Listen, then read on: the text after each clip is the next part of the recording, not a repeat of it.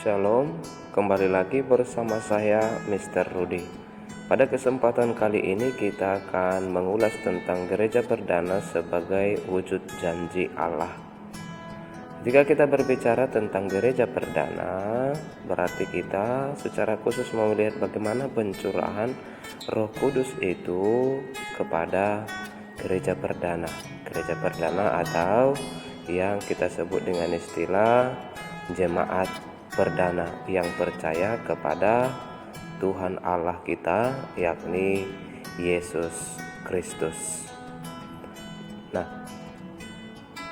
dalam hal ini kita mau melihat bahwa sebelum berbicara tentang gereja atau jemaat perdana, terlebih dahulu kita melihat tentang turunnya Roh Kudus pada hari Pentakosta. Sebab hanya karena Roh Kuduslah mereka dikuatkan untuk bersaksi tentang karya Allah. Berbicara tentang turunnya Roh Kudus identik dengan Pentakosta atau yang disebut juga dengan istilah hari ke-50 setelah perayaan Paskah. Nah, Pentakosta dalam Perjanjian Lama dan Perjanjian Baru terdapat perbedaan yang signifikan. Dalam dunia Perjanjian Lama atau tradisi Yahudi, Pentakosta merupakan hari raya terbesar kedua setelah Paskah. Nah, dengan kata lain, bagi mereka Pentakosta itu merupakan hari raya yang wajib dirayakan oleh orang-orang yang menghidupi tradisi Yahudi. Nah, dalam tradisi Yahudi, perayaan Pentakosta dirayakan selama 1 hari penuh dengan suasana sukacita dan bersyukur kepada Tuhan atas hasil panen mereka selama 1 tahun. Boleh Anda lihat dalam Kitab Keluaran bab 34 atau pasal 34 ayat 22. Di sana dikisahkan bagaimana perayaan Pentakosta orang-orang Yahudi.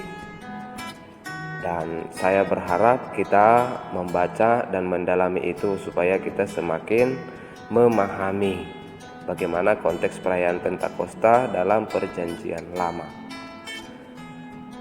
Perayaan Pentakosta juga dirayakan dalam Perjanjian Baru, khususnya tertuang dalam Kisah Para Rasul.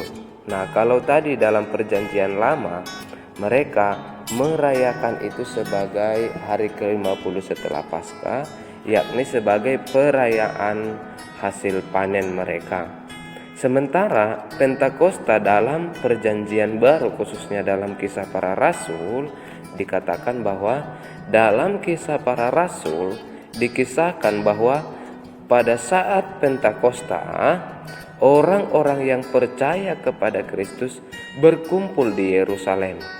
Dalam konteks yang sama tadi ya, dalam suasana syukur karena mereka masih menghidupi tradisi Yahudi. Nah, pada saat perayaan Pentakosta itu, jemaat perdana atau gereja perdana menerima Roh Allah dalam rupa lidah-lidah api. Silakan dilihat dalam Kisah Para Rasul bab 2 ayat 1 sampai 13. Di sana dikisahkan bagaimana Roh Kudus itu tercurah atas jemaat perdana. Dan dengan Roh Kudus inilah nanti yang menguatkan mereka untuk melaksanakan dan melanjutkan karya Allah dalam diri Yesus Kristus, yakni mewartakan karya keselamatan Allah dengan maksud agar setiap orang beriman kepada Allah yang telah menyelamatkan semua orang-orang berdosa.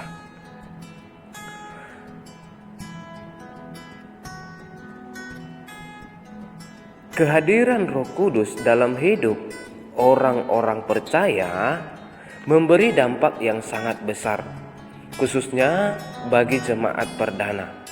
Ada berbagai dampak positif yang menguatkan mereka sehingga dimampukan untuk bersaksi. Yang pertama, orang yang telah menerima Roh Kudus mampu untuk bersaksi tentang karya keselamatan Allah.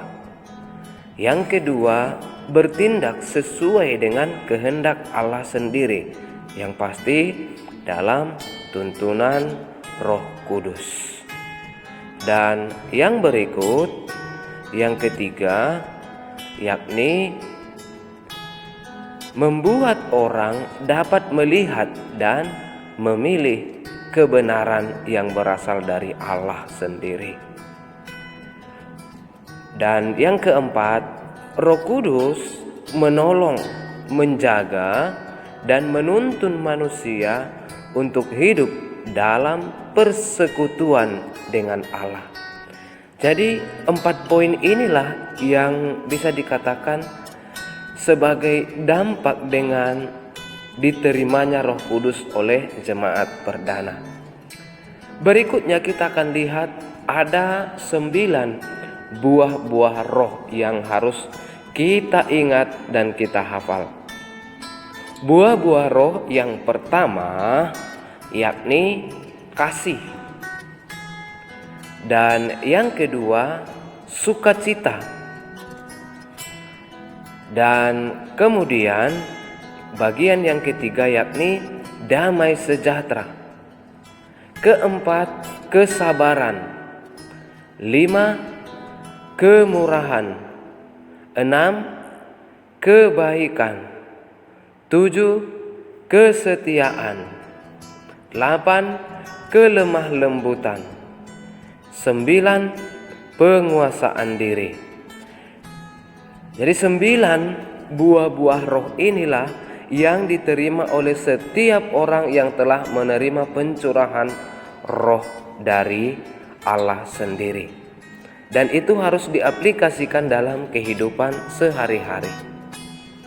Berikutnya kita akan melihat bagaimana kehidupan jemaat perdana dan tantangan yang harus mereka hadapi dengan beriman kepada Kristus. Nah, sebagai jemaat perdana, orang-orang yang beriman kepada Kristus memiliki tantangan-tantangannya masing-masing. Namun sebelum kita melihat tantangan itu atau hal sulit yang dialami jemaat perdana, kita lihat dulu siapa itu jemaat perdana atau gereja perdana.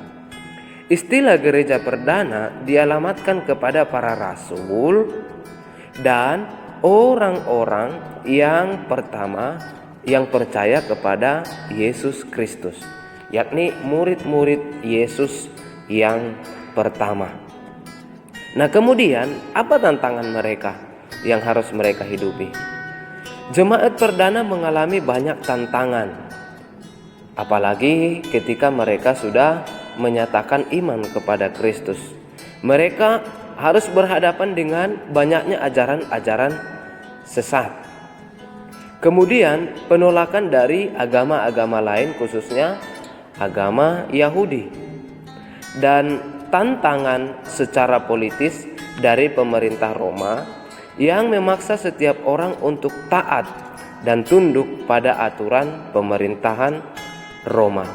Sebagaimana kita tahu, dalam sistem kekaisaran diperintahkan agar setiap rakyatnya mengagungkan kaisar. Nah, sementara hal ini berbeda dengan apa yang diimani oleh jemaat perdana. Mereka harus seutuhnya mengandalkan Yesus Kristus dalam tuntunan Roh Kudus agar mereka diselamatkan oleh Allah yang mereka imani dan yang pada saat ini juga kita imani. Meskipun banyaknya tantangan yang dihadapi oleh jemaat perdana, namun hal itu tidak memudarkan iman mereka. Jadi di sini keistimewaan jemaat perdana.